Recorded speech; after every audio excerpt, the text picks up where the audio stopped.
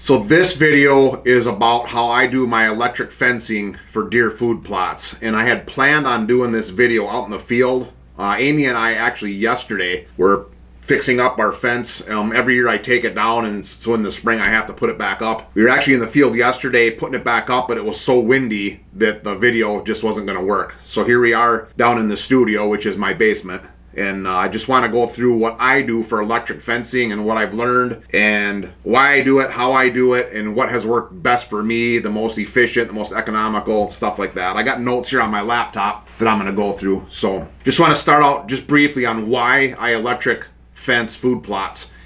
And for me, it's because I want to be able to establish corn and soybean food plots that are available to deer during the peak part of hunting pressure. So for most people in the country, that is like mid-November, late November, or even early December. For me, that's early December. So I want to make sure on my property that I have the most attractive and holding power type food plots in my destination plots that I can during that peak hunting season. Not necessarily for me, because I don't participate in the gun seasons. I do participate in the late muzzleloader season, and there's nothing wrong with the gun season, so I'm not trying to gun shame anybody, but I want to hold and protect deer on my property during that gun season so I can get them to the next age class, the bucks. And the best way to do that is to have a really prime food source like corn or soybeans available during that season. Now, if I had 30 acres of corn that I could leave standing, the input costs and something like that would be astronomical. There would be no need to electric fence. But because on one of my farms, for example, I have two 2-acre destination plots of corn and soybeans. I really can't do any more than that because it's part of a CRP program, and I can only do 10% of the CRP program in food plots. And even if I could do more than that, I don't want to spend the input costs on what it would take to put in, let's say, 10 or 15 acres of corn or soybeans. So this allows me to do 2 acres of corn or soybeans. I can electric fence in the soybeans and then release them about 10 days before I want the deer to really start going in there heavy. And then that way I make sure that I have that grain food plot available for those deer during that time frame that I choose. I have read a little bit, and this is getting a little bit off topic with the electric fencing, but some guys will claim that you don't need corn and soybeans, that if you have, let's say, low hunting pressure and you have good green food sources, that you don't need corn and soybeans. And I think this is true in some circumstances. The circumstances that I think it's true under is, one, if you have a big chunk of land, 300-400 acres, 1,000 acres, I don't think you need grain food sources to keep them on your property, because hunting pressure is going to be really low, and because you have such a good area, such a big area, you're not necessarily competing with neighbors. That would be one scenario. A second scenario is if none of your neighbors are leaving corn or soybeans standing for deer, or you're in an area where there's very little farm country, where there's cut corn or cut beans where the deer are going to focus in on. For me, that's not the case. For me, on both of my farms, I'm surrounded by deer hunters who put in food plots. So my point with that is, if I'm only planting, let's say, winter rye and brassicas, for example, my experience is that will never compete if a neighbor is only a quarter mile away and has left corn and soybeans standing. So that's why I like to leave grain food plots standing for that late season attractiveness, late November and then all the way into January. So the how of an electric fence is I do a 2-row system, an outside row and an inside row with 3 wires. So the outside row has 1 electric wire and the inside row has 2 electric wires. And the thought behind this, and I didn't come up with this, I learned about this online maybe 15 years ago, or I read an article maybe 15 years ago, and I tried it and it worked. But the thought process is the deer, when they come up to that first electric fence wire and they see that second wire that's maybe 2.5 feet in, that kind of confuses them, or they don't want to jump it and they try to crawl through and they get shocked. So that's the purpose of a 2-row system. So just a little bit of the details. With the first electric fence that I put in, I really didn't know, how high to put the wires, how far apart to put the wires. So these are the electric fence posts, if you want to call them, that I was using. And what I did is, because the first holder was right there, the outside wire was put in at about 17 inches. So my outside wire is 1 wire at about 17 inches. And then, again, no science behind it or logic, I am about 28 inches between rows. So the first row, 17 inches, inside row maybe 28 inches in, and I'm sure there's spots on my fence where I'm 24 or 22, 26, but I think maybe 26 to 28 inches is about where the average distance is between my two rows. On the inside row, the inside meaning toward the corner soybean food plot, I use that same 17-inch row, and then my top strand of wire is about 40 inches. And again, that's just because I started using this insulator fence post, and it worked for me. So now that's what I do for all my fences, even if I'm not using those. 17 on the outside for one row, 17 and 40 on the inside, 26 to 28 inches apart. So that's height and distances. I like to build really strong corners. So there's a couple of different ways you can do that. I had a client who bought 6 or 8 inch treated posts and actually made corners. I think he sunk those in 3 or 4 feet. So he made really strong corners. I have kind of an abundance lately of T-posts because I'm removing a lot of the fencing, the old rundown fencing from my farm. So I have an abundance of T-posts. So I'll actually sometimes take 2 or even 3 T-posts and group them together and sink them as one. And those 2 or 3 T-posts actually act as a really strong corner as long as you get them deep in the ground. In the past, I used these wedge locks, and I don't have any video of using these, but you can look them up online. And it's a system where you can make a really strong corner just with T-posts using this wedge lock system. And I don't even know if they make them anymore. But it's actually very quick and very easy to make a corner with these wedge locks, but it requires, I'm trying to think, 1, 2, 3, 4, it requires 5 T-posts per corner if you're using these wedge lock system. And the point with making really strong corners is because then what I like to do is I like to use these tighteners. So I run my 14 gauge galvanized wire into these tighteners, and then I can make each side of that food plot, the wire is very taut, and that allows it allows actually a couple different things. One, deer are a lot less likely to go in it and get tangled and then break your wire or break your insulators, which occasionally happens if your wire is loose. And then the second thing is if you make it good and tight and your corners are really strong, you need less posts in between, especially if you're on flat ground. In my area, my farms are kind of hilly, they're rolling hills, so I need more posts because I don't want it to be 17 inches in one spot and then almost touching in another spot because of those rolling hills. So what I would say is you need enough posts to make it so that you can keep your wire at those heights that I talked about earlier. If your wire starts to sag, you either need to tighten up your wire, or if you can't tighten it anymore, then you need more posts in that spot to either hold it up or bring it down. I'm just kind of going through my notes here. I got away from these. I still use these in the field because I had so many from my original fence, but I'm getting away from this specific one because these ends break off. They're brittle. I think they just get in the sun for too long and they break off. So now I'm going more with T-posts or a rebar post with an adjustable insulator on the rebar. The first electric fence I made it was about 2 acres, and it's still there today. But I made it so one wire would go around all 2 acres, and it was a square food plot. And I definitely would not recommend doing that. In fact, if you can take the time and the money the first time you build one of these electric fences, I would suggest making each side of that food plot its own run. Now, not electrically. So you still want to tie those together electrically so that your one fence charger is going to power that whole fence.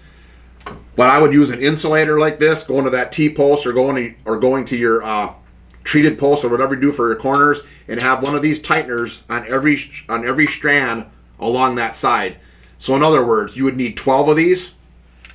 3 for one side, 3 for the next side, 3 for the next side, and so on. And that way you can keep that straight run, in theory, a lot tighter and straighter and better to keep the deer out, as opposed to trying to go around 4 sides.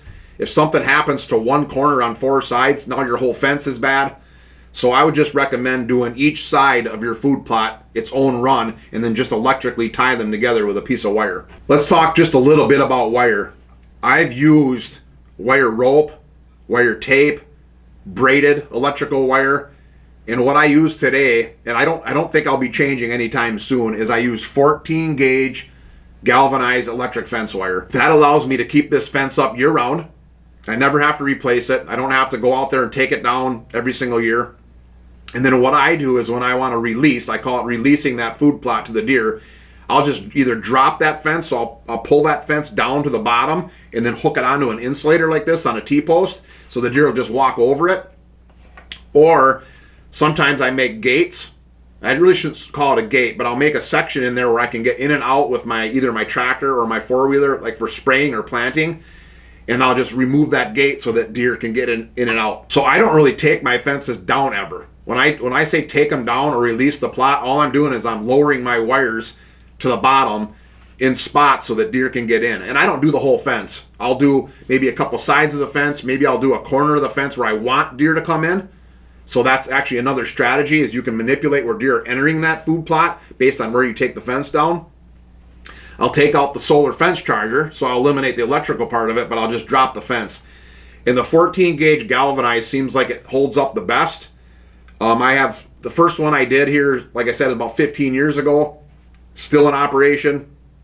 Back in 2012 on the farm where Amy and I were yesterday, that fence is still going, and that's 14 gauge galvanized. So that's what I would recommend, is 14 gauge galvanized wire. When it comes to solar fence chargers, I've used a couple, 2-3 different varieties. A couple of them were just kind of what was available locally, so I grabbed one and put them out. But really, the key to making this solar fence charging system work on your food plot is to have a good fence. But then the second, really most critical part is you have to have a strong fence charger, so when that deer first goes through that fence, they get a really good shock. You really want to set them back. You don't want to just tickle them, because they'll figure that out and they'll crawl through and they'll deal with that small amount of shock.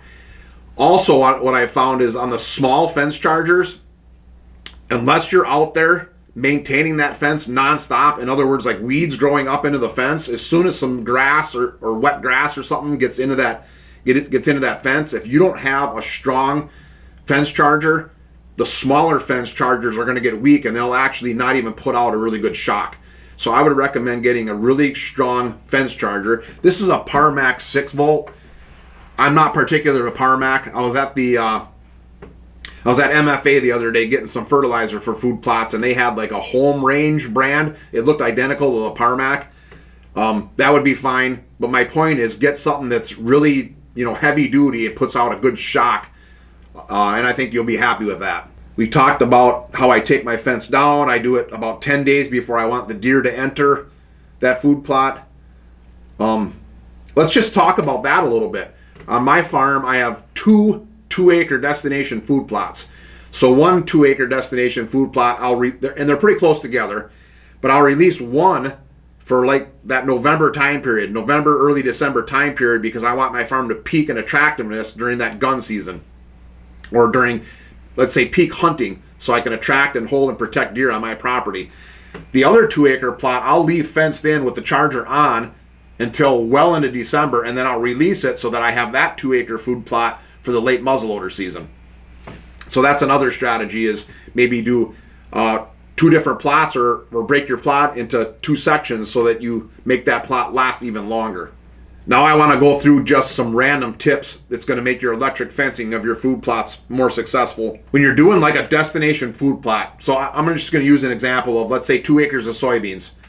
It's not a bad idea to do maybe 1 3/4 acres fenced in and leave a 1/4 acre out, maybe along the woods or something like that, or closer to cover. My destination food plots aren't necessarily up against a timber or cover, but it's not a bad idea to leave part of those soybeans out in that example, so that the deer can still browse on those soybeans, and they'll destroy them. They'll probably destroy them, but it'll give them something to eat instead of trying to force themselves into that electric fenced plot. So that's a strategy I've used. The other thing is, make sure your fence is up before the deer start using your soybeans or your corn or whatever's in that food plot. The last thing you want to do is put in corner soybeans have the soybeans get up this tall and there's a ton of deer going in there and browsing heavy on them, and then you decide to put up your electric fence. Those deer already established that bed to feed pattern on those soybeans inside where your fence is going to be, and it's going to be much harder to keep them out if they're already used to going in. If you can plant and then put up your electric fence, or for me, I plant and then I just raise my electric fence back up, turn the solar fence charger on, the chances of them wanting to go in there once you've already kept them out, which is basically only dirt or cover crops, for example, it's a lot easier to keep them out as opposed to waiting until the crops are up and then trying to keep them out. The last tip I have for you is I want to cover two different things really. Going back to, what kind of fence charger you want. I like this Parmac, or again, I'm not specific on this brand, but because it has this digital display, I shouldn't say digital display, this analog needle. So you can walk up to it or drive up to it with an ATV and you can instantly see, is it working or not? Do I have vegetation?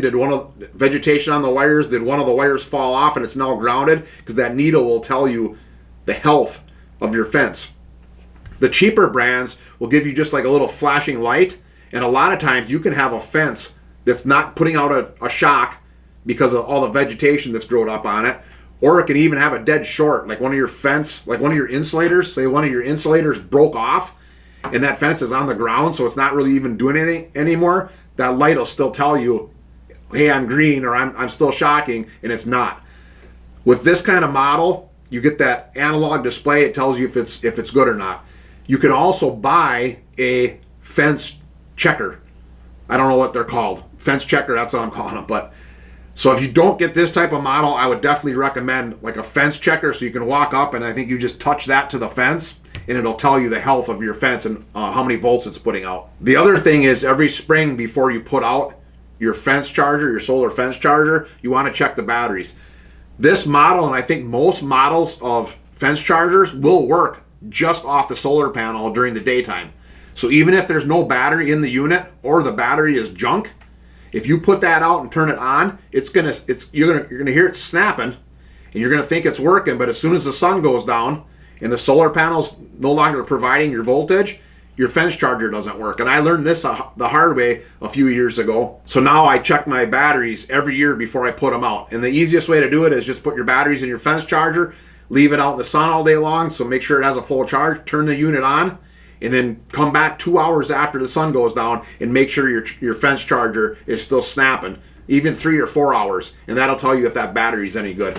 If your battery's shot, as soon as the sun goes down, your fence charger is going to quit working. You know you have to replace the battery. The other thing that happened to me twice now since I've been doing this is in severe drought. It's almost as if the ground has so little moisture that your fence charger won't put out a shock. It's like that path to ground isn't there anymore because the ground is so dry, and there's really nothing you can do about it. I tried putting in a 5-wire system one year so that I had some of the wires were actually tied to ground and they weren't tied to the fence charger, and it just didn't work very good for me. So if something like that happens, there's just not much you can do, but just something to look out for. So just kind of to recap, I put these in to protect my food plots, to make sure I have grain food plots when I want them. I use a 3-wire system, 17-inch outside wire, 26 inches away. I got a 17-inch and a 40-inch. I use 14-gauge galvanized. I run 4 different sides all independently, and I tie them together electrically, and I leave gates or openings that I can take down to go in and out to plant and spray and for the deer to get in. I think that pretty much sums it up. And I think these electric fencing food plots are very effective, and they've worked very good for me on small destination type soybean and corn grain food plots. And I would highly recommend using them if you can't plant large 10-acre corn and soybean plots.